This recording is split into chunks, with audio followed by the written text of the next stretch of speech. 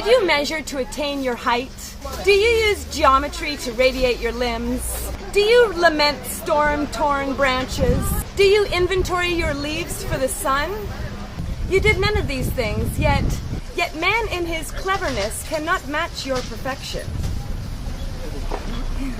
Yet man in his cleverness cannot match your perfection. When we give up the artificial of our tiresome lives, when we give up what is artificial and we cleave instead to what is natural, all achievements of man are only monuments to overwhelming pride. There has not been a single man-made item that has been an improvement on this earth. So weird. That has been a necessary improvement on earth. Did we need the Great Wall of China? Do we need other walls? Did we need the pyramids of Egypt? Do we need mechanism, steam power, and electricity? Nuclear power or computer technology? All of our achievements have been for the sake of exclusive comfort and gratification. We've only advanced the mad tangle of supply and demand that we call civilization.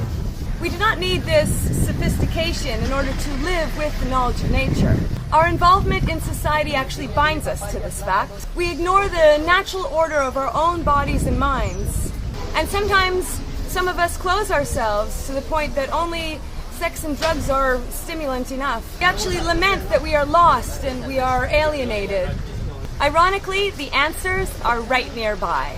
If you just go to the nearest tree and contemplate, you will easily see the secret of all living things. So that was the first half, and this is the second half of March the 3rd. Oops. So that was the second half, and so that was the first half, and this is the second half of March the 4th. What day is it anyway? Rain dripping from eaves sounds nature's poetry. We speak and we write to explain ourselves. The knowledge of nature lodges in the same part of the mind as poetry. That is why the ancients expressed themselves in verse.